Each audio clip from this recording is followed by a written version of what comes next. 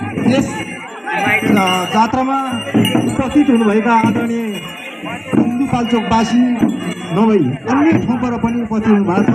सम्पूर्ण आमा तथा दाजुभाइ तथा दिदीबहिनी तथा प्यारा प्यारा भाइ बहिनीहरूमा थाङपालकोट वडाको तर्फबाट र थाङपालकोट वडाको वडाध्यक्षको हैसियतले सबैलाई हार्दिक हार्दिक धन्यवाद व्यक्त गर्दछु।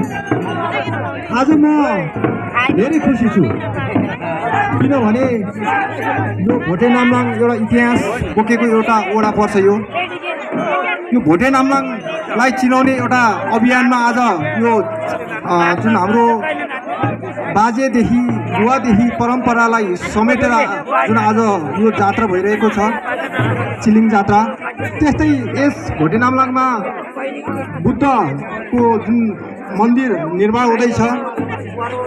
जस्तै अन्य जस्तो भोटे नामलाङ भनेपछि अहिले टाउट फार्मको कुराहरू पनि छन्।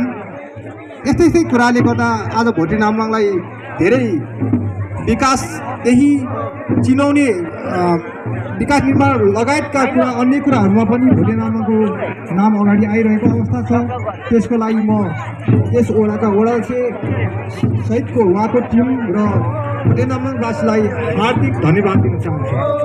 किनभने हामीले यो हाम्रो पहिचान, हाम्रो धर्म, हाम्रो संस्कृति बचाउनु पर्छ भन्ने अभियानमा आज भोटे नामलाङवासी लाग्नु भएको छ।